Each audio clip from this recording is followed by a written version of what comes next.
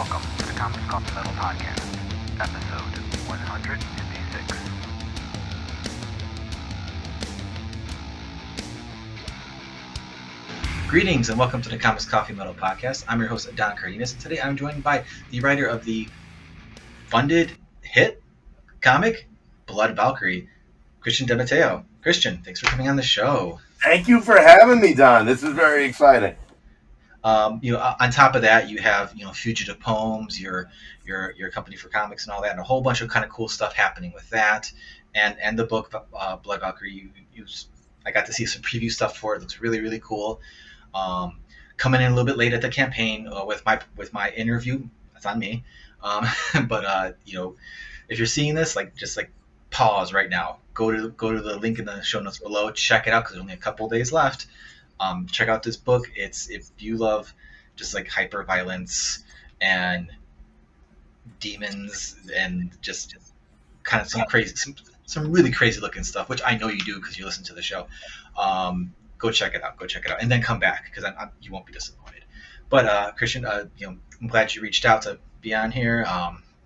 Judging by your shirt and the background of the screen here, for people who are watching the video portion, I think we're gonna have a pretty good chat about some fun stuff. So you know how it goes. First things first, Comics Coffee Metal. What are you digging lately? All right, so I got two of those locked down. I drink coffee because it's easy in the morning, but I'm a diehard tea drinker.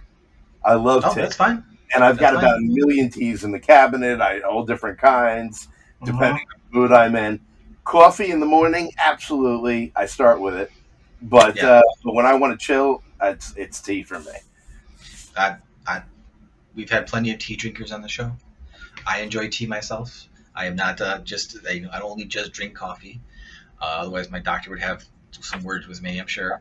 But yeah, so, and that said, coffee's not the main drink in the morning, but so do you have a real preference for it at all? Since it's just the one time, or is it just whatever to get the caffeine? I have to admit, I'm sort of a whatever. Now, the deli down the street from me is my first stop on the way to work, and they happen to make a really good coffee. So I don't even know what it is, but it works. And the key is that my wife likes it, and she's the coffee drinker. Okay. So she likes it, so it must be good in some way. But I'm a milk and sugar guy. So she's black. Me too. I'm a milk. I mask. I cover. Yeah. I mean, yeah. It's I like a little bit of it.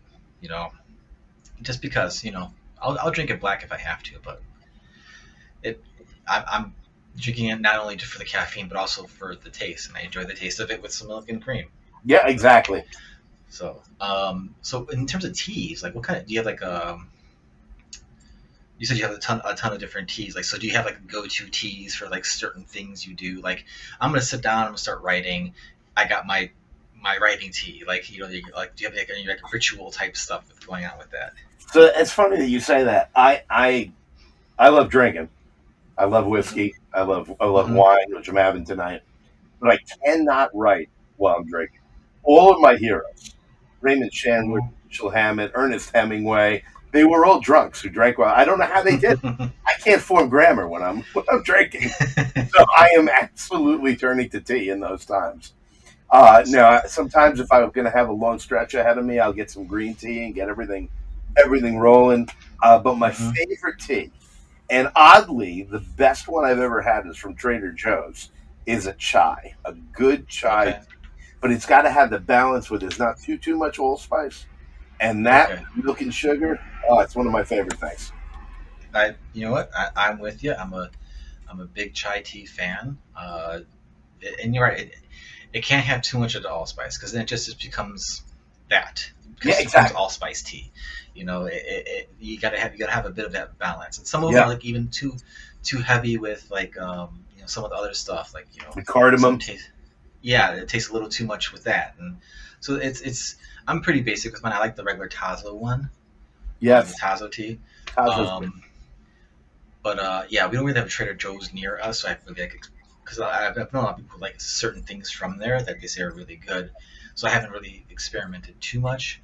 We have an Aldi's, and I know Aldi's and Trader Joe's have some sort of weird symbiotic relationship. I didn't know that. I didn't know that. I think that's true.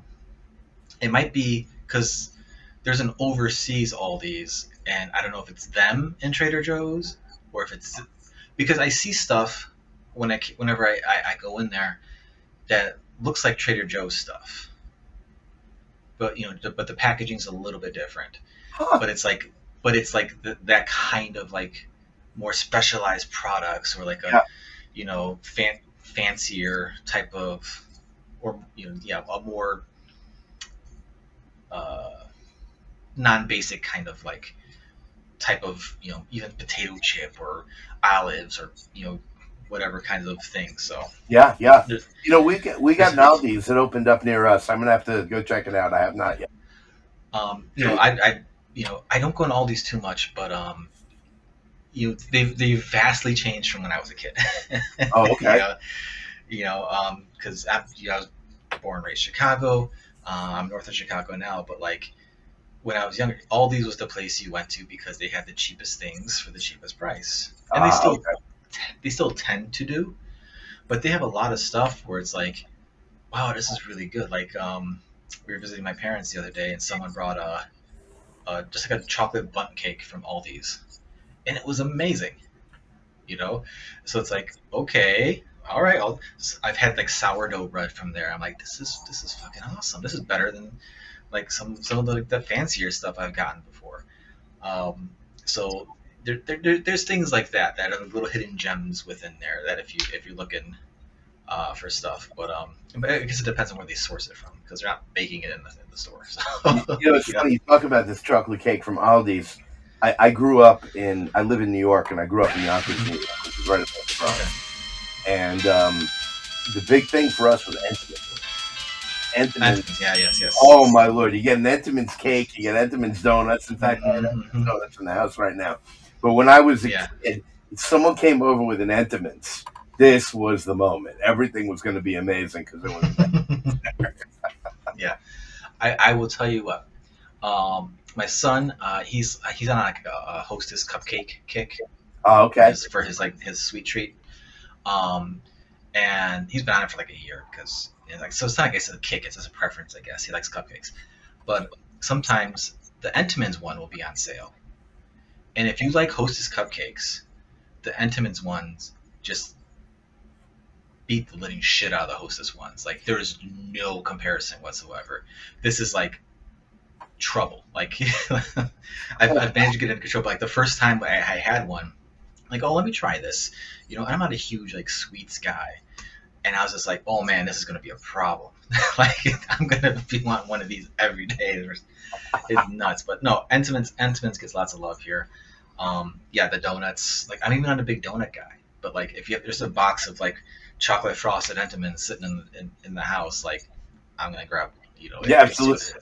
I'm the same way. Like I don't necessarily need dessert, but if it's great, I want all of it.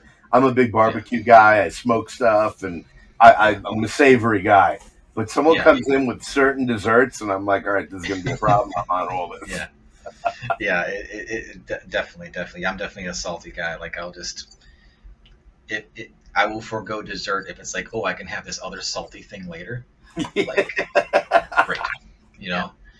Oh, I can have like my weight in popcorn with cheddar cheese. Slices of chunks of cheddar cheese I slice off a brick instead of this piece of whatever pie. That's what I'm gonna do. I hear that. No, but yeah, I have my moments with that. So, yeah, for sure. So I'm guessing the second thing you have covered is metal. I would say, judging by your Iron Maiden shirt. Dude, old school metal fan, and I go from my favorite metal band. And I got a story about this recently, is Anthrax. And I've never gotten to see them live. Oh, really? And I love Anthrax. So I get a student in my class, because I'm a college professor, and his last name is Bello. And the first thing I think, of course, Frank Bello. Frank Bello, yeah. He's got to be a common name.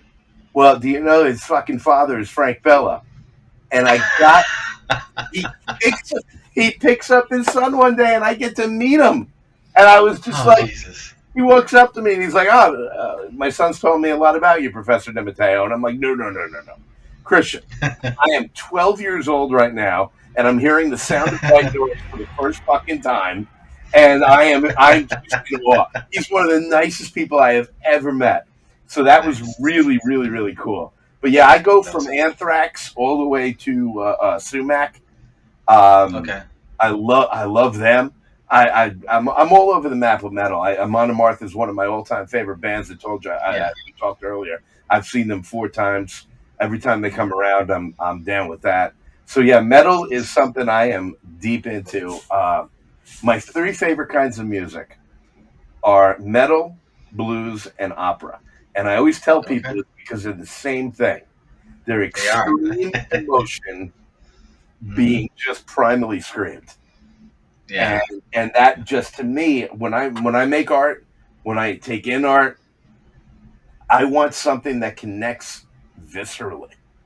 Something where you can just feel the joy, feel the pain. It's that person is opening up their vulnerability in the loudest, most real way they can. And that's how I write. And I don't write nonfiction. I don't write stuff about my life.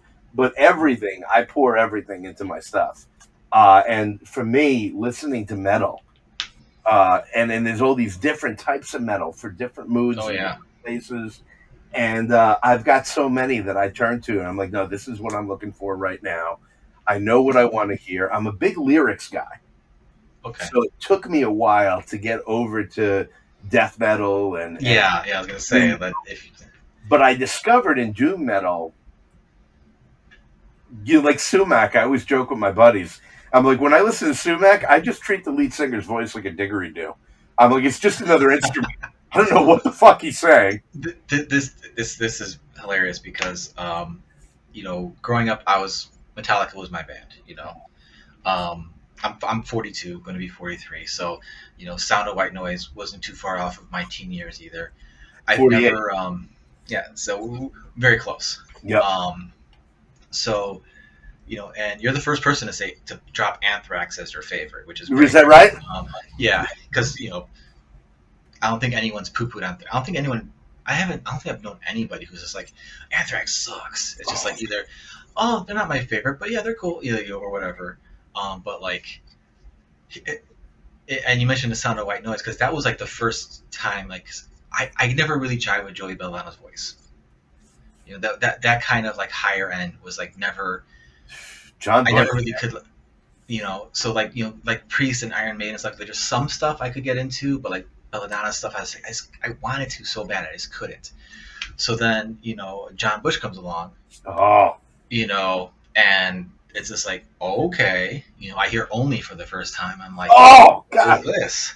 Oh, Potter's Field, High Pro Glow, Room for One. And this is what might break your heart a little bit. Uh-oh. I love John Bush's voice. He's got an amazing voice. I love a lot of the songs they do, but a lot of the times I found myself, I haven't revisited it in a while, so this could change, but I felt like he was singing too much. Like, let some of the music do the work, John. Like, there's way too many vocals on this track. You are great. No complaints about the actual technical ability and aspect. Like, whatever you're doing is good, but I want to hear more of the riffs. I want to hear more of the stuff. I want to hear Benante going nuts. I want to hear this stuff. Yeah. So I wish like that stuff had more times to breathe. And then I think not too long ago, some of the newer stuff with Belladonna, I actually do really like because his voice has matured a bit, and he's come down. It's gotten a little bit more of that rasp on it. And it's really like warmed me up to it. And I have for definitely like some of the earlier stuff now. It's funny how something like that could like unlock that stuff for you later on. But you mentioned the death metal thing, and like that was kind of like this like a similar thing to where like I never really like the harshest vocals I ever really went into were like Pantera or like Static X, that kind of kind of screaming in key situation. Yes. But it wasn't until like the past maybe decade or so that I really started getting into more of the guttural, low end stuff, and even then, a lot of it I'm fine with it, but it becomes like my wife has asked me like what are they saying? I'm like, I don't know. I don't know. It's part. To me, it's just part of the instrumentation. Yeah, And exactly. and I don't know if I read some stuff about this because I have ADHD, and it's like that's kind of like how a lot of people with ADHD have to interpret music, because we could listen to a song 1,000 times, but what are the lyrics? I have no idea, because it's all just the entity of it. Like we're Interesting. not taking the pieces of it. Um, but there's definitely like some more harsher bands that I really really like, and then there's some that I don't. you know, I've Yeah, said this before. I find myself more often than not being more drawn to like female led screamers, like Ginger. you know, like Ginger or Oh, Ginger. Spirit Box or Oh, Arch Enemy, Arch even though Enemy. yeah, even though there's singing in there as well. But like just like because with like male vocalists, a lot of them, it really feels like an arms race of just being ridiculous. It kind of feels like in the 80s when everyone was trying to play faster than everybody else. To a certain point, it's like, cool. I'm not really enjoying this though. like, Right. and there's some bands who can blend all that really well if they have interesting music. There's a band called Distant I really like, Ooh, I don't know them. and they are like I came across their EPM Bandcamp. And it was like 26 minutes or something like that, and it was an experience. Like it was one of the few albums I've listened to. Like if you listen to it front to back, you need to stop and you're like, I just need a break from like all sound, because you're just like pummeled. And they've had a couple bigger releases since then, and you know they've actually grown musically. Like there's more like instrumentation happening and more like even like solos happening with that kind of. I think they're called deathcore or something like that. I all the genres, but they are kind of like the hardest I go. Lorna Shore is also another band like that. I was just But listening to them today. but like Will Ramos can like I because a few years ago I actually got a chance to review their album a little bit early, and it's like they would be a great band even if Will Ramos just chose one of his vocal styles to Right. use, Right. but he uses all of them. So it's like cool. Like so for me at least there's like a lot of change up with that. You kind of it doesn't become monotonous So almost. I'm listening to Lorna Shore today with my buddy Eric, Yeah. and I said to him, I said, I'm really digging this, but I have the same problem with them that I have with Chemical Corpse, and that's that I can't tell one track from another. Okay. You know, Yeah. it's the I can see same that. thing happening, all those different vocal combinations. And then we put on a deathcore band called Slaughter to Prevail, Oh yeah. Okay. Yeah. and we were comparing that sound. And the fact is, both of us really enjoy that, but Hmm. then we pull back to Metallica, to Anthrax, Yeah. to Iron Maiden, because one for the Blood Valkyrie in Vegas video. If I had infinite money, the score would have been Iron Maiden's "Bring Your Daughter to the Slaughter." When I think of the story, that's the song in my head. And you listen to the lyrics or the Hidden Blade that they did, or there are all these. Iron Maiden has incredible lyrics. Anthrax has incredible lyrics. Since Belladonna came back, worship music and Yeah. For All Kings, the lyrics on both of Great. those albums are phenomenal. And as a writer, I really, that's what I go for. I want to hear the stories. I want to hear the emotion. But I've Yeah. come, not to bring the room down. One of my best friends in the world died about 2 years ago, and it tuned me out of all the stuff that him and I were both into. Like I couldn't. Hmm. And Yeah. that's actually when I discovered, not discovered, but really started digging into doom metal. And Okay. the reason I realized, go outside, I have a cigar and some whiskey, and I'd put that on, and it felt more like a soundtrack. It was enveloping you in Hmm. sound, in a field of Yeah. sound. And I can't remember the band. Chemist? No, I'll think of it. But but Sumac is the one that really rose to the top for me. And I was able to put aside my lyric issue because, as we said earlier, I went, all right, his voice is an instrument. I'm Yeah. never going to know what he's talking about. I'm not. I'm suddenly not in the space where I want to. I want to be in the wall of sound, and Yeah. that was the place for that. And then when I pull out of that, I go back to bands where I want to hear the stories like Mhm. Ice Nine Kills, Yeah. bands like that. Because I love writing, and I Mhm. love to hear how people put lyrics together and the stories that they tell. And that's what really blew me away about the John Bush years of Yeah. Anthrax, is that the lyrics on their songs were phenomenal. Yeah. And Yeah. they For sure. really they came into a different place. They were a little bit like with "I Am the Law," which I love, Mhm. but they were referencing a lot of stuff. They almost Yeah. found the band in their writing almost found more of their own voices when John came in, and Yeah. There was more of I don't want to say maturity, but maybe maturity is the right word. an Like evolution at least. there's the moment where it's just like, because even though they had, quote unquote more serious type of tracks with in the early Belladonna years, it wasn't until Bush came on to where like a lot of the stuff was just not necessarily quote unquote darker, but just more introspective, more Yes, searching type of things as opposed to you know outward aggression or outward, let's be kind of ridiculous, or let's talk about this thing we like, or let's talk about this thing. It's more like I'm trying to figure this out. yeah, exactly right. Yep. Let's think about this as opposed to let's talk about that. Yeah. Yes. Yes. And man, that spoke to me. That spoke to Mhm. 12-year-old me, and it just Mhm. kept speaking to me. And metal's always done that for me. I love rock. I love every genre. I love music.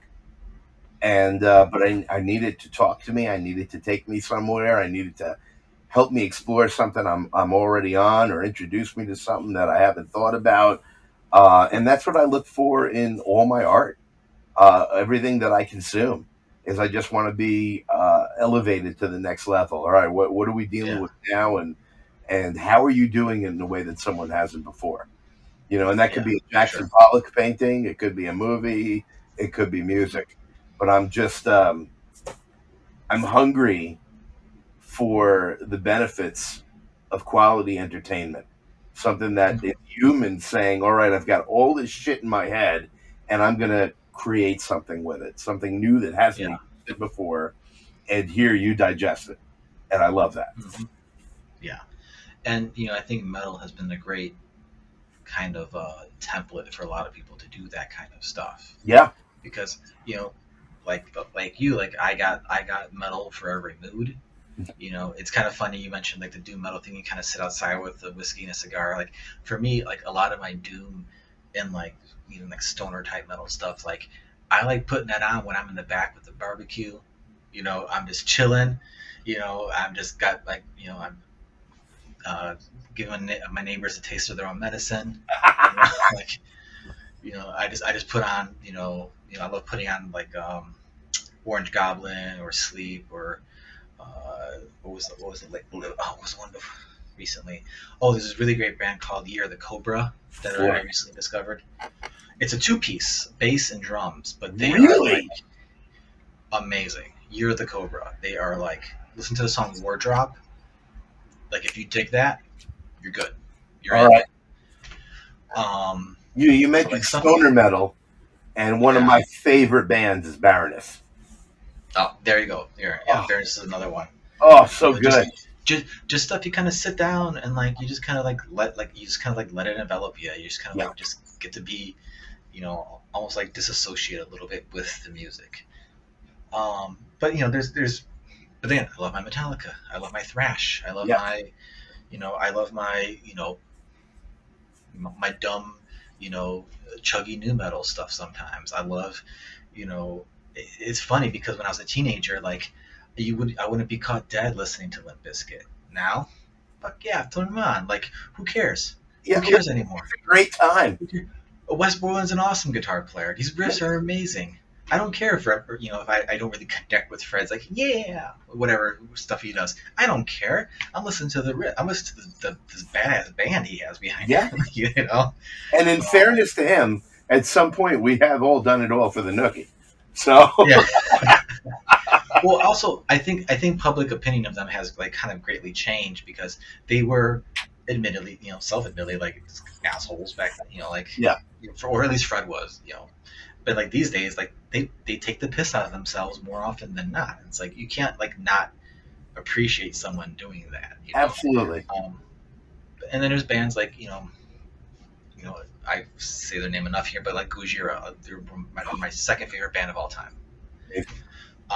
And then there's a new band called Orbit Culture, who they just put out a new track, which is just pure dopamine for me. Like it was like Orbit Culture. Of course, I can't remember the name of the track because I've listened to it over 100 times now, and I can't. I don't remember the name of the track. Dude, you're giving me a list here. I love it. Yeah, that's what I love to do. Yeah, Orbit Culture, the Tales of War. Like that's really? just like the Tales. That's a band like I've tried to describe it to people like it's like Gojira and Metallica had like a really angry, uh, Swedish metal core teenager.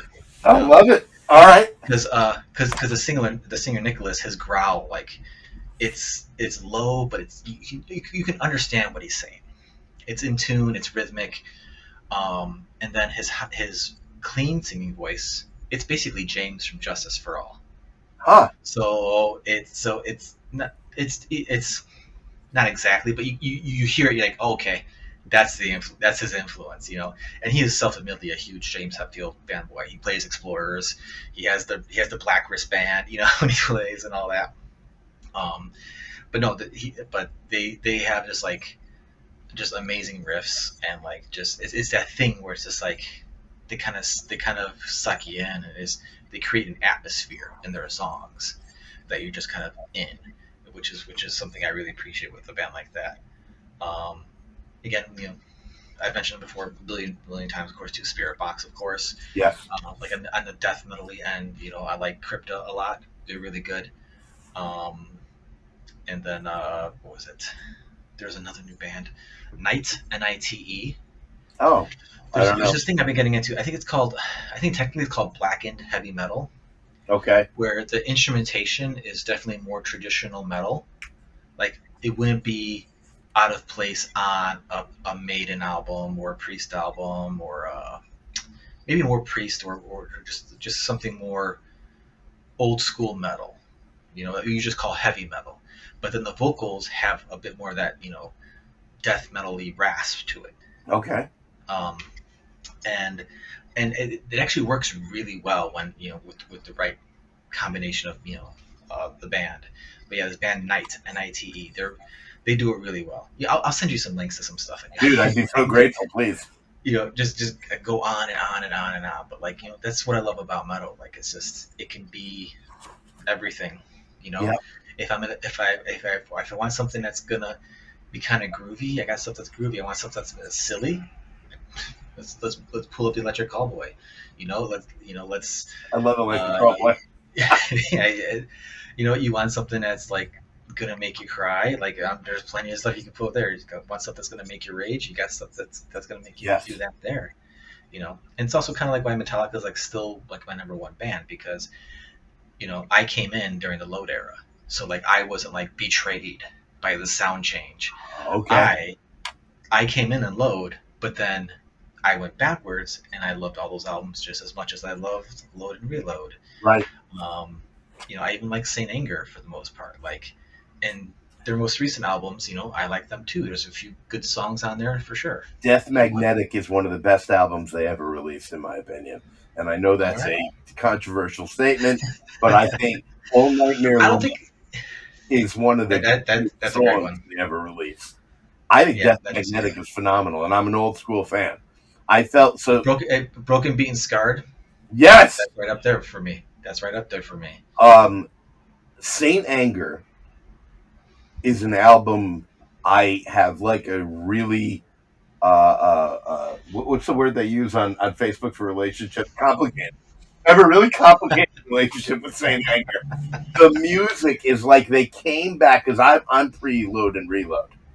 Yeah. So they came, and I love. There's a lot of shit I love on load and reload, but it was a change. They came Yes. back on Saint Anger, but not lyrically. It would, to me, it's one of their weakest albums lyrically. However, I can listen to "Shoot Me Again" on repeat for 2 days and be completely happy. That Saint Anger is a great song too, but "Shoot Me Again" is so fucking good, and that's on that album. And then we got the emergence of what's his name from Suicidal Tendencies, the bass player. Rupture You. Yeah, and he just brings a whole new energy. So I look at Saint Anger, I'm like, it is far from a perfect album, but it brings us to Death Magnetic, which I think is tremendous. No, yeah, for sure. Like, Saint Anger was like the first album of theirs that I was actually like waiting to be released, because I became a fan like shortly after Reload was released. So I'm like, okay, well, so I'm waiting and waiting for albums. So I basically waited for like 7-8 years for this album. I loved Garage Inc. That was great. That was not new. That's not new Metallica. So then, and Jason Newsted was like my guy, because I'd watched the Binge and Purge videos, and like all that stuff. Like, I started as a bass player. I still, in my heart, feel like I'm a bass player, and he's my guy. So he leaves the band, and I'm like, oh my god, kicking myself because I never saw them live with Jason. Yeah. And I'm like, ah. And then, my friend and I, we actually dragged our girlfriends and my now wife to Some Kind of Monster in the theater, which, God bless my wife. She likes Metallica fine enough, but like a 3-hour documentary of them, like, she said it was fine. The only time she had some trouble was when what scene was it? I think it was Lars was on top of, like, he's like hiking with his dad or something, and he's just like going after this piece of gum in his mouth, the way he's chomping and chewing. She's like, I just could not stand it in like a theater. And I'm like, I get it. But then the album came out, and I was like, my relationship with that album is like, when it came out, I loved it. I adored it. Like, I was like, this is amazing, because it doesn't sound like Metallica. It's like they're doing something different. It sounded both like incredibly like raw, but also like incredibly like just processed at the same time. It was like this weird thing where I'm like, it's not perfect, but it's like there's so much fidelity to it, to the imperfections. It's like this has to be on purpose, And some people say it was. Some people still don't. I don't care about Lars' snare sound. It's fun to make fun of it, but it's something. And I like the fact they had the DVD of the live performance, because that really went a long way to like showing that the songs aren't really that bad. Just right. People, like, the recording is just a little rough for some people, which I'm pretty sure that's why they did that. They say it was to introduce Robert, but they didn't say, look, it doesn't really sound this rough, guys. Kind of like, but in I've had my ebbs and flows with it. I've never disliked it as a whole, but I've liked more stuff on it than not at different times. But like you mentioned, Shoot Me Again, and like the first thing that pops in my head is the bass thing, like that's just right in my head right now, And then, for the longest time, whenever my buddy and I, we would knock on the drummer's door for band practice, we would do the I think Frantic is a great song. Yeah. Lyrically, kind of, not the best, but like, let's be honest, I love Metallica, but the lyrics aren't always the best. Sometimes they're a little much or a little over the top, but I thought Frantic was fine. People like to shit on my lifestyles, my death style thing, and I'm like, that's no cheesier than anything else he's ever written. Fair. Kirk wrote it, apparently. That's no cheesier than anything else. My only problem really with Saint Anger is the fact that Kirk did not do any solos. Yes, true. I feel like he was right in the documentary. He's like, not doing solos would date the album, and it does. Now these days, lots of metal bands could or could not have solos. no one's really like holding any hard truths there. But that's 20 years on, so Yeah. but yeah, for sure. But I could espouse all of that. But yeah, Death Magnetic came out. That was great. I liked it a lot. All Nightmare. Was it Hardwired? Thought that was great. Hardwired Self-Destruct is amazing. Yeah. 72 Seasons. Lots of great stuff on there. That's where I didn't connect with it. It's the first Metallica album that I did not connect with. I tried many times and I couldn't believe it. I was waiting with bated breath for the album to come out, and I like Lux. Why can't I think of the name of the song? Lux. Lux Eterna. Lux Eterna. The first one. Yeah. But the 72 Seasons didn't work for me, and I was heartbroken. You know what did work for me, that came out around the same time, was the last Megadeth album. Okay. Which I thought was fucking incredible. That blew me out of the water. It felt like they went back to classic Megadeth. And his voice after throat cancer is amazing. Just like what Bruce did. And same thing with Belladonna, same thing with Mustaine. Yeah. After once his voice got a little more haggard, a little older, I'm like, okay, I can kind of dig on this now. Yeah.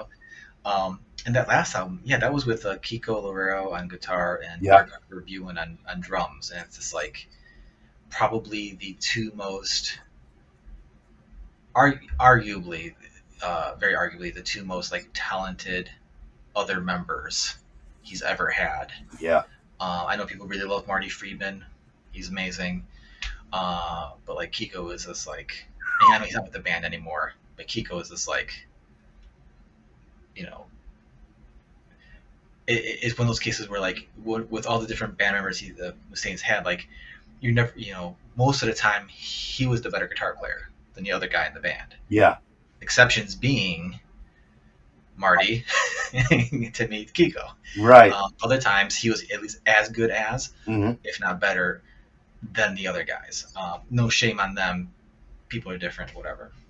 And then on drums, like Dirk Verburen is just a monster, like a beast. And what was it? Who was the drummer before him? Was it? Oh, I don't remember. Willie Adler from what band was he in? Was Lamb of God he was in? But he was great too. But like Dirk Verburen is like a metal drummer. He's like that kind of metal drummer, I should say. That album just doesn't stop, and it's so good. I've listened to The Sick, the Dying, and the Dead so many times, and I really thought I was going to be with 72 Seasons. But that Megadeth album captured him, and Kiko really inspired him to go back to that killer Megadeth sound. And I love Megadeth. That was the other one that really got me there. But I mean, how awesome is it that we could talk about this and have like an endless stream of these things that have inspired and excited us. Yeah, it kept us going. And to me, that's so much of music, is that I rely on it to move me forward, and I've got such wide taste that I've got something for every occasion, and it's there, and it's beautiful. Yes, and on that, as you previously mentioned, your book, Blood Valkyrie, it seems to be very inspired by an Iron Maiden track, or at least post-inspired. Like, so let's dig into that first and foremost, because I always screw this up. Christian, can you let everybody know what is Blood Valkyrie? So Blood Valkyrie in Vegas is a brainchild I had. I work with the Comic Jam a lot. If you go to medium.com/the Comic Jam, you can find them. They're a great group of independent comic artists. Every week, people come up with theme ideas. We vote on them. And whatever wins, whatever writers want to write a script, a one-page script. And there's really a challenge to writing a one-page comic. Because there's no page turn reveal, right? Mm-hmm. So, it's all there. So whatever the reader sees, they see. So if your shock is the image, it doesn't matter. It's already blown. So you got to do writing and figure that out. And I've learned so much. Casey Allen, who just put out with Dan Price, Bigfoot Knows Karate. It's on Kickstarter right now. I've had Dan on the show. Oh, Dan's a hell of a With guy. Karate. Casey Allen, the writer, is a dear friend of mine. They've got Bigfoot Knows Karate on. What you want to do is go to Kickstarter, back Bigfoot Knows Karate, and then Blood Valkyrie in Vegas, and you're going to have two amazing comics coming to you. So, for one of the comic jams, the theme was Norse Western that I got. And I came up with this character, the Blood Valkyrie, and I took the Norse concept of the Valkyrie. So the Valkyrie, if you die honorably on the battlefield and you're a Viking, the Valkyrie comes down and she brings you to Valhalla, where you get to eat, drink, and fight for the rest of your life with large-breasted women. And all of that sounds good to me, except for the fighting part. That sounds exhausting. I just want to eat, drink, and be with large-breasted women. So it's my dream. So I thought, what if the Blood Valkyrie? What if instead of a Valkyrie, it's a Blood Valkyrie? And if you die honorably in a situation, the Blood Valkyrie comes, resurrects you in this horrific form, and helps you get absolute bloodlust revenge. So instead of taking you to Valhalla, she's like, no, we're going to solve this shit right here. There you go. And so I wrote this one-page comic that was a Western where that happened. But the idea just kept building and building and building in my head. And then all of a sudden I had this bizarre thought about bringing her to Vegas in 1973. And I said, what if there was a penthouse party, the top of this major Vegas hotel? The owner of the hotel has the penthouse. And for some reason, he invites this particular showgirl to come see him. She doesn't know why, but she comes to the party. The party turns almost instantly into an orgy, which there's a ridiculous, beautiful 2-page spread of drawn by Alex Zapata. And then that orgy turns into a blood slaughter because it turns out half the people are demons. And she's the only one there. She had no interest in the orgy. She's a good Christian girl. She was trying to leave. And now all of a sudden, she has to try and save her friend and escape. Alex Zapata, the artist, drew over 100 completely uniquely designed demons. They're totally different, and they're all after her. And there's almost no way she's going to survive. There's no way she's going to survive. And that's when enters the Blood Valkyrie. And what I wanted to do was make a non-stop action grindhouse horror comic. A lot of what I write, excuse me, is more cerebral. This is action. This is horror, grindhouse specifically, action. She's on the run from page 3. And it just goes. And I gave this script to Alex Zapata, and he got it. He understood it. Now, in the script, I wrote, draw as many demons as you want, as few as you want, because you don't want to kill your artist. And I'm like, and they can all look the same. It's fine with me. Yeah. Nope. He said, I'm challenging myself to make them completely unique. And if you look at the images, every page is completely unique, completely differently inspired. And man, when I saw what he was putting together, I was blown out of the water. I am so proud of this ridiculous book. This is just for the horror fan. This is a gore-fest action story adventure that doesn't stop, and you're going to be shocked by the directions that it goes in. I mean, this was such a pleasure to put together and to watch the art as a writer, getting to watch the art come in, and then getting to work with the artist is one of my favorite aspects of making comics. And we had a great time doing it here. And then Tom Lynett came in, who's a phenomenal letterer. And he did the lettering so beautifully that it's part of the fabric of the story. And that was tremendous as well. Awesome.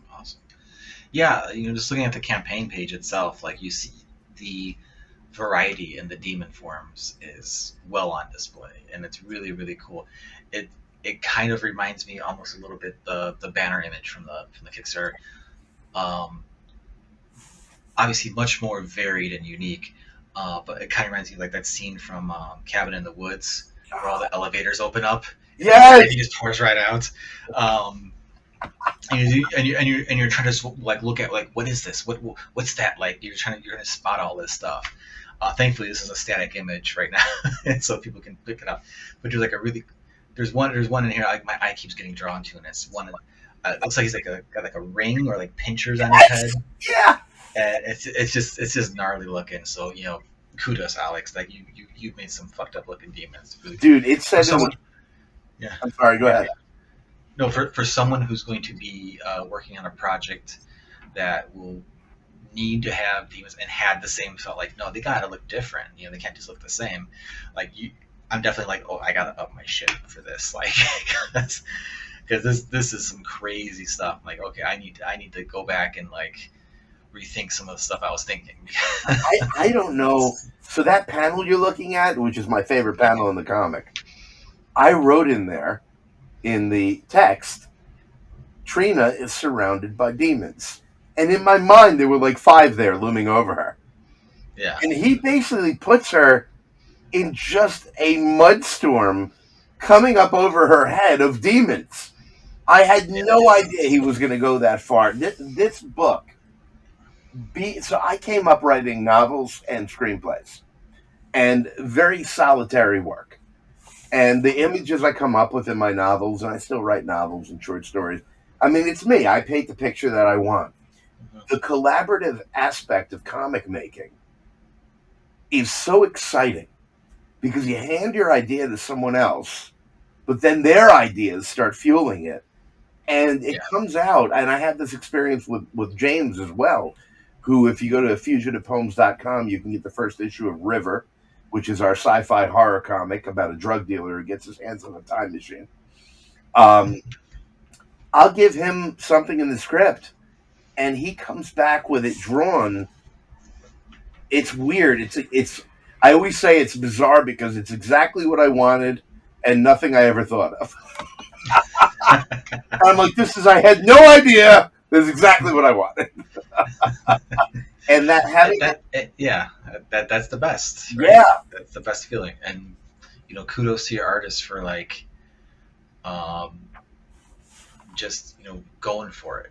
Because there's a lot of times where maybe someone would almost kind of feel like they have to hold back or something like that. And so it's a testament to the relationship you're trying to form with your collaborators, that everyone's kind of feeling comfortable. It's like, I'm going to do something really crazy.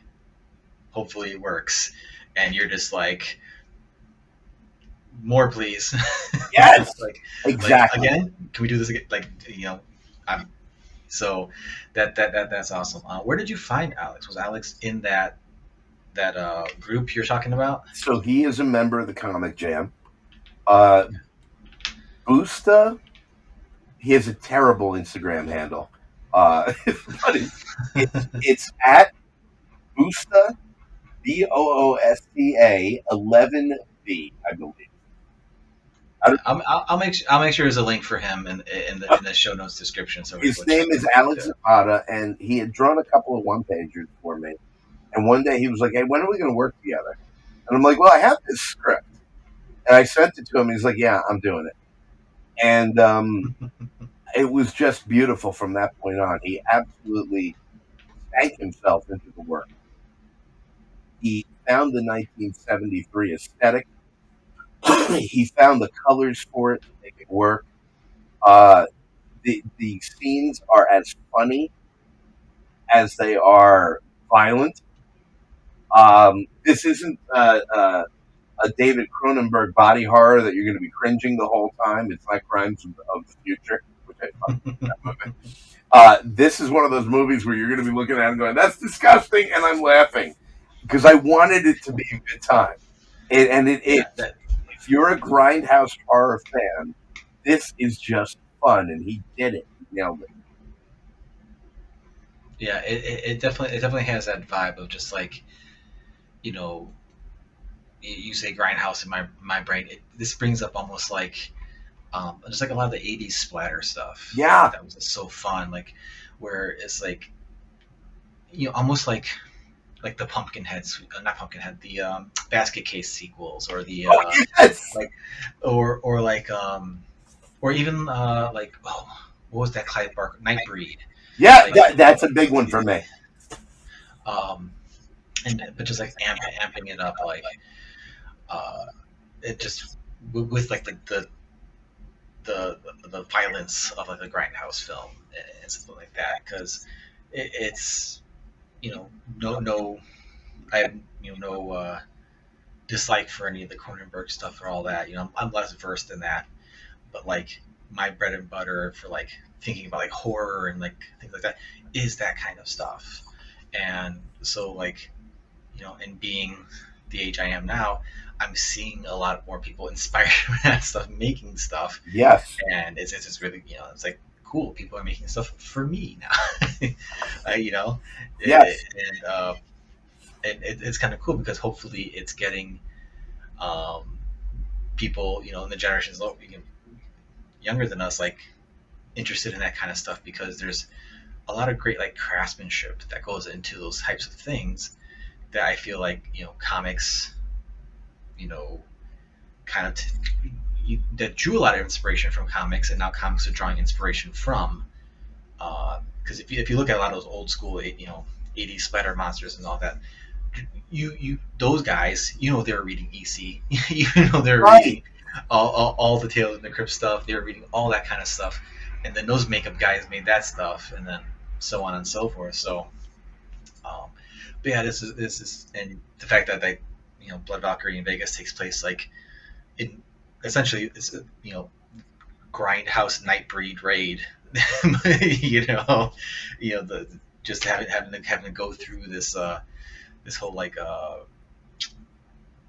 what's the word I'm looking for, just this endless sea of demons and stuff like that. Like it looks really cool. I really like the design itself of Blood Valkyrie. Was that Alex as well, or was that So designed before he came along? Brian Hernandez did the one pager with me, and he was not available to do the book. So I went over to Alex Zapata and I said, "Dude, this is yours now. Don't feel tied down to the original design. Do I want this to be yours?" And he came up with that design, and Yeah. really, where he sent me a bunch of pardon me, a bunch of images and different things to compare, and we worked together. When I say we worked together, I mean I basically said awesome, awesome, awesome, and he chose the one that got the most awesomes, and he designed the Blood Valkyrie, and then James Lyons, the co-founder of Fugitive Poems Comics, he did the cover, and Yes, I'm he's looking at that right now. It's awesome. huge. And I don't know if you can tell this thinking about Judas Priest album covers.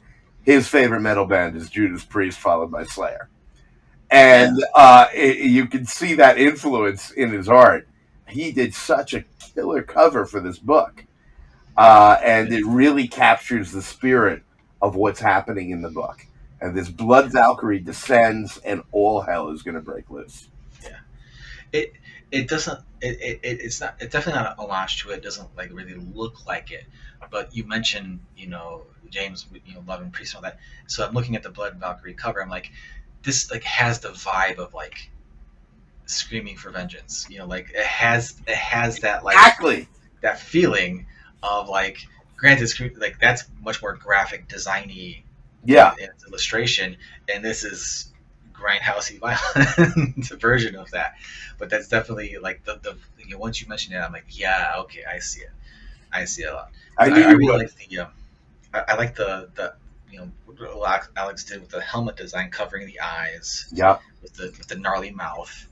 That's a design um, style that I really like. For some reason, like I'm just like, yes. Whenever I see like a character that has that kind of like eyes covered mouth thing, like gnarly mouth, I'm like, this is cool. Like I actually haven't designed anything myself that has that, but whenever I see it, I'm like, yes, I like this thing. We were talking to somebody recently, and I'm not a huge manga guy, but I do like horror manga. But I'm not. I wouldn't call myself well versed in it. But they said there was a horror manga vibe to this as well, Mm. and I'm a fan of Junji Ito, and I think I can see some of that in there. I don't know if Alex is. Well, well, at the very least, definitely in like, there's one demon in particular you see in the previews. He kind of has like the goatee beard thing. Yeah, that's the lead Um, guy. that guy screams manga to me. That Okay. screams like, because just the proportions of it and all that. So whether intentional or not, like that gives that vibe for sure. And also, Alex's line work. He doesn't go. Um, it doesn't look like, at least in the previews I see, he doesn't go too heavy in the spotted blacks. He kind of lets the colors do the lifting on the shadows and stuff like that, which is great because I love both. I love all kinds of comic art. So just seeing people's choices. Like I see he has a lot of like color holds on a lot of the lines, so they're not harsh black lines, which I'm sure adds to the 73, the Yeah. 70s vibe, of things feeling a little washed out when you think about the color schemes of that, the oranges, Yes. and stuff like that. And the was it avocado green or whatever they call it? Right. Yeah. That kind of vibe. It all fits really, really, really well. Like you're saying, like he kind of found that stuff, which is really awesome. So yeah, it's really, really cool stuff. And yeah, his line, even just his line work, none of the lines are like really heavy and thick. So I think that kind of also leans to some of the more manga-esque type, maybe comments or influences. I wouldn't say like it looks like a manga, Right. Which is not an insult nor a compliment. It's just visually. And I wouldn't. That's not I could what we're going yeah, for. Right. yeah. I could see where someone could say like, this reminds me of that, especially that main guy, that main guy, just about his vibe, and even like one of the panels where looks like he's getting stabbed a little bit or something. Even like the fingers and all that, like it definitely gives that, which is great because it speaks to just like the variety that Alex continued to put with all the different character designs and demon designs, that they all kind of feel kind of different, because there's one that's looks like a some sort of nasty thing you would see out of a kid's fairy tale, like a centipede, millipede type thing. Yes, yeah. And, Guillermo del Toro. Yeah, exactly. And then you have like a giant snake thing, which is like that could, that's all these are like just uniquely different. And he's got some horse head and donkey head guys. So now that main guy you're talking about, the character's name is Andreas Schacht, and I pulled that Schacht name from one of my favorite sources. I don't think I've ever shared it anywhere before. I was in a weird little tarot mystical shop in Salem, Massachusetts, and I stumbled on a book I've never seen anywhere else. I'm so glad I bought it. It's called A Field Guide to Demons. Oh, okay. And this book, I have used this so many times in my writing. It collects all the different demons from different cultures. And I found Schacht in here. And if you look up Schacht, you'll find out that some of the qualities that I gave him come from the historical understanding of that particular demon. The book is called A Field Guide to Demons. I think it's written by a mother and daughter, Carol K. Mack and Dinah Mack. And I literally have never seen this anywhere else. But whenever I'm going to write something demonic, I pop into that book and I'm like, oh, what can I pull from? Because it's all historical. And then I twist it like I did with the Valkyrie. But that's where the name comes from. And the concept in the book is that he is one of Satan's lieutenants. He's the only demon in the book without a tail. Oh, okay. When Satan removes your tail, it elevates you to the next level of position. Almost like the tail is a sign of slavery. And it's a big theme within the book. And at one point he's screaming, but I don't have a tail. I'm powerful. So there's a whole concept going in there. And I drew some of that from the ancient mythology. Schacht is a great character. He drew him so well. He is just delightfully evil. And there's a hint, and I won't say where it is, that he's not connected to normal time. And this is a one-shot. This is a one-shot comic. You get the whole story, beginning, middle, and end, in 24 pages. On Kickstarter right now for a couple more days. Blood Valkyrie in Vegas. But I have ideas for the Blood Valkyrie where she could pop up at different points in history. So Oh yeah, there'd be more. I mean, just the sheer concept that you've shared with the character alone, that's like, you could have a whole volume of just different settings, different people, because as the person who, like, it's less that the Blood Valkyrie is like the main focal point. They're coming to your main character almost, so it's like that becomes, such ripe places. Like, it would be a shame if you just kept it at one at a one shot, because there's just so many other things you can do with this now. And and just by talking to you and hearing all your influences and all other things, like I would even want to sit here and try to guess where you would take it next. Like, I wouldn't be able to. Like, you could do basically Jason and Spade, Jason 10 with the Blood Valkyrie. You could, the record. You can do so many cool things. I love Jason X, by the way. It's just like, and I think, you've kind of like done the thing that, like, a lot of us really strive to do with independent comics and all that, is like, you found, like, and developed a character where it's like, you could do this. It's like, you can do whatever you want with it, and it's going to work, because the character is going to be able to just assimilate into these situations just by the sheer nature of what they are, and right, and all that, and it frees you up to, like, so if you don't want to do, when you're like, okay, I need a break from my more introspective stuff or my heavier stuff, let's get nasty again. Yeah. Boom.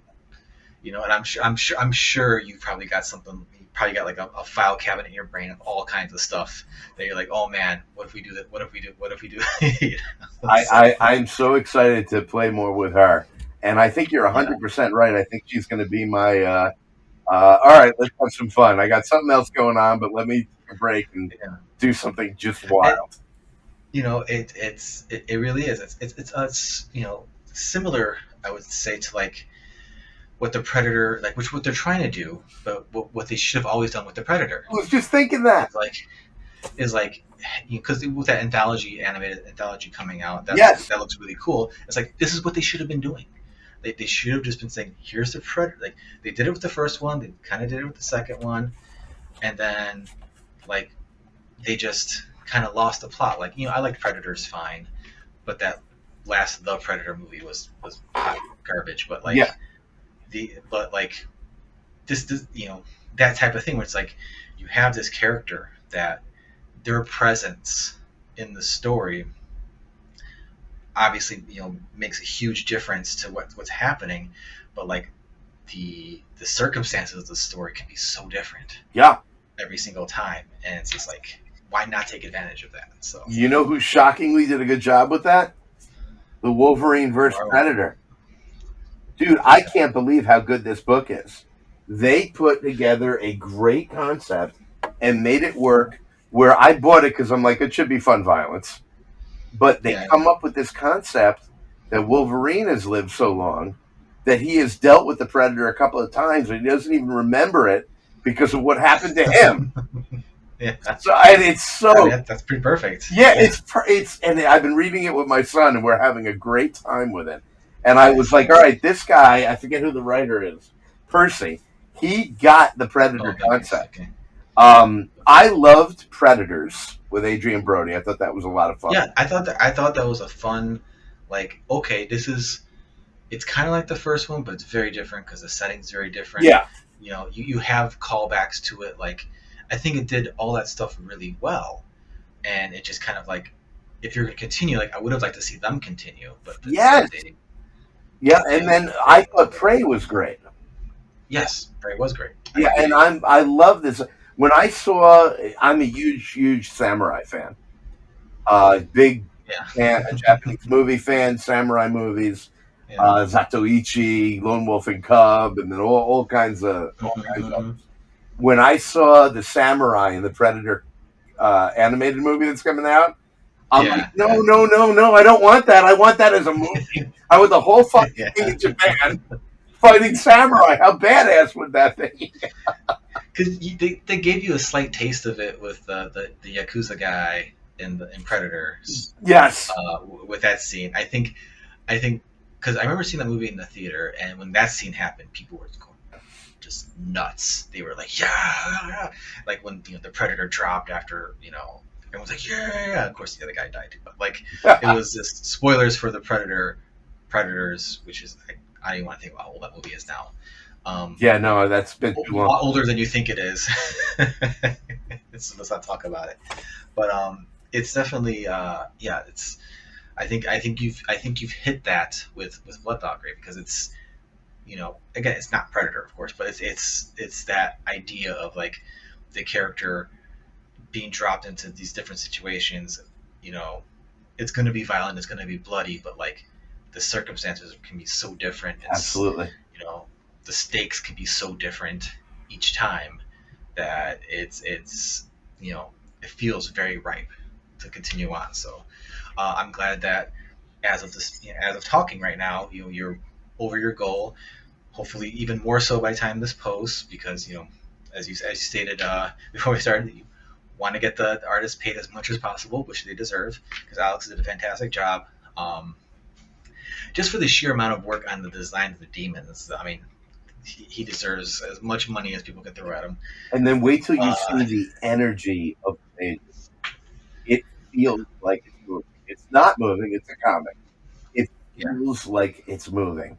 And I mean, he put such thrust into them that you're firing through this book. I think that this is a book that people are going to they're going to read it, they're going to get it, they're going to have fun with it, and they're immediately going to go back to the first page and start looking at details. Because I think you're going to miss them right off the bat, because there's so many little details. Yeah. I mean, again, that's exactly why I mentioned that Cabin in the Woods reference, where it's just like you want to freeze frame it and you want to look at it, like it's all the crazy shit that's happening, because you're going to be, even from the previews alone, I could tell like, Alex has the motion down, he has the momentum. Yes. It feels like something that's going to keep piling on. So yeah, it's definitely going to be something I believe will warrant scrutiny and examination of the best kind, for people to be like, what the hell is that? Yeah. What is this? Just insane stuff. But Kristen, it's been a blast talking to you. Love to have you on again. Next time we got another Fugitive Poems joint happening, be it Blood Valkyrie or anything else. Hopefully we can get James on too. Yes. Speak more about some Amon Amarth, some other good old metal stuff. But it's been a blast chatting with you. Everyone, please go check out Blood Valkyrie. Link is in the show notes below. And check out Fugitive Poems. Tons of other great stuff there. More stuff to come. You seem like someone who's just never going to quit, which I deeply appreciate. Because I feel too stubborn to quit for myself. Speaking. So there's sure to be awesome things to come. Christian, now's the time let everyone know where they can find you online. FugitivePoems.com, where you can also get the first issue. Actually, by the time you're watching this, the first 2 issues of Dirty Living, made by Stephen Betcha and Ryan Santos. It's an incredible supernatural noir, only available on subscription on FugitivePoems.com. Imagine a detective dealing with a gang war, a cop killing, and the supernatural resurrection of the dead. It is badass. Stephen and Ryan have put something incredible together. It's only available on FugitivePoems.com. You can get River issue 1. You can stay tuned for Stripper Clip Sally issue 1, and then River issue 2. We got a lot coming down the pipeline. We got 4 anthologies available, all with the best indie comic creators around the globe that we've done. It's the Containment Freak series, and James and I have our own stories in those books too. There's a lot more to come. Go there, subscribe, get on our mailing list. If you want us on Instagram, X, or Blue Sky, at Fugitive Poems, and message me. And go to Kickstarter. We only got 3 days left, I'm guessing, when you watch this. Maybe 1, so you can check right now. Yeah. I'll make sure wherever it's posted, there's a clear time frame listed. So, and again, as I said at the beginning of the show, if you hadn't done it now, please go now. Just go. Don't waste any time. go check it out.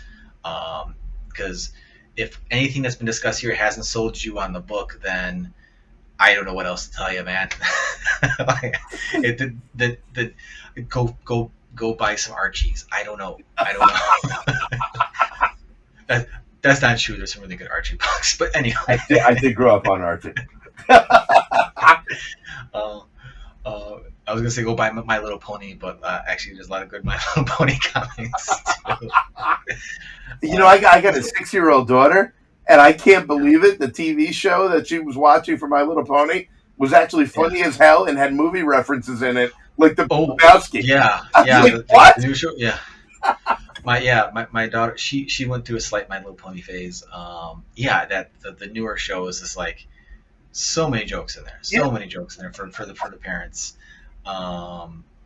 She hasn't jumped back onto it, but not because she's not thanks to streaming. Like she's actually watching like Rugrats now. Oh, really? Stuff like that, and I'm like, I remember this episode. Wow. And stuff like that. So, and right now she's on a Mr. Rogers kick, which is pretty awesome. Oh, cool.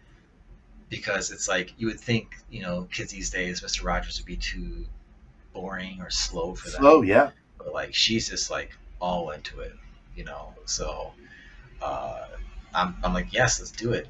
Hell yeah. And like because it started with like the making of the crayons episode, where they show you how to make crayons. Yeah. I think it's a famous episode everyone loves.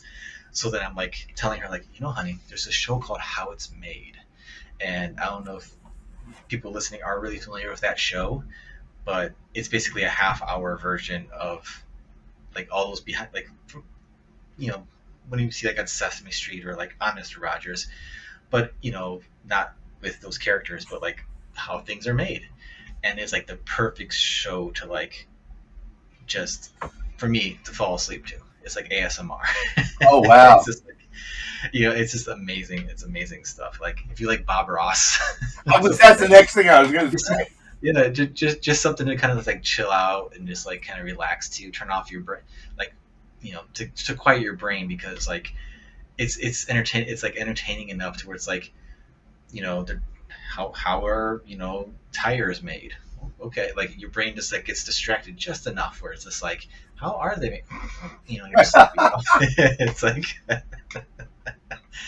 But anyway, we're tangenting hard. But yeah, everyone, please go check out Blood Valkyrie in Vegas. Link will be in the show notes below. Check out Christian's socials. Check out Alex's socials. And once again, Christian, thank you so much for coming. I had a blast. Dude, this was a great time. Thank you. Thank you. And again, welcome back anytime. Let's figure it out. That sounds good to me. I will be in touch. All right.